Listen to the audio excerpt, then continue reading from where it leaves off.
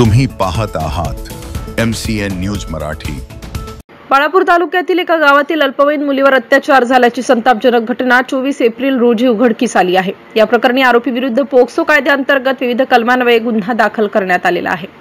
मुलीने दिलेल्या फिर्यादीनुसार ती तिच्या आत्याकडे मुक्कामी होती।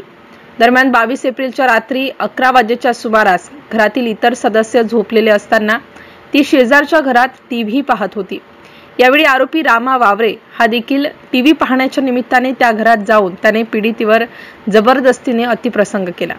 सदर प्रकरणात उरळ पोलीस स्टेशन येथे 84(2) FMINS भारतीय नियमानुसार सहकलम 4(8) पोक्सो अंतर्गत गुन्हा दाखल केला असून आरोपीला तात्काळ अटक केली आहे।